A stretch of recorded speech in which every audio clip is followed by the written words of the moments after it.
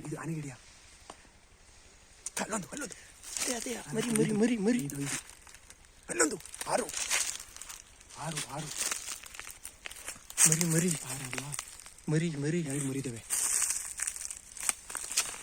ಹೋಗ್ಬಿಡು ಹೋಗ್ಬಿಡು ಇನ್ನು ತಾಡ್ತಲ್ಲಿ ಇನ್ನಿದ್ದಾವೆ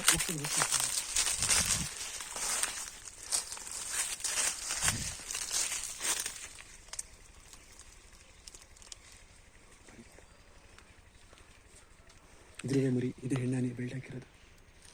ಈಗ ಜೂಮ್ ಮಾಡು ಅಷ್ಟು ತಿರುಗ್ತು